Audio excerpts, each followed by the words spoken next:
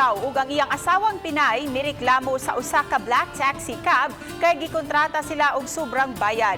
Matud pa nga gipangayuan sila og bayad sa driver balig 4 ka tawo bisan og duha ra sila ang musakay. Una silang nisugot nga mobayad og extra seat alang sa ilang mga bag nga karga. Apan namugus pa kuno ang driver nga padungagan og ikaupat nga extra mao wa na sila musugot. Dinha na kuno nasuko ang driver ug adunay giluwatan nga pagpanghulga.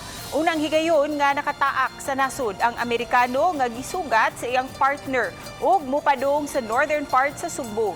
Nagtuo siya nga tungod sa iyang pagkaputi maong gustong mopahimos ang driver. Napakya sila sa pagkuha sa plate number sa taxi.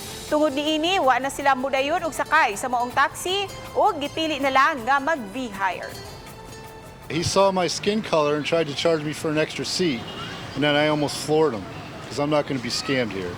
Kuyawan ba pug ko kay nabe toy usa ka tawo jud didto nga ingon siya nga sa ato ning sampulan inanan ko ayaw pag inana ha kay abi kay naamo diri Pilipino magin-ana mo na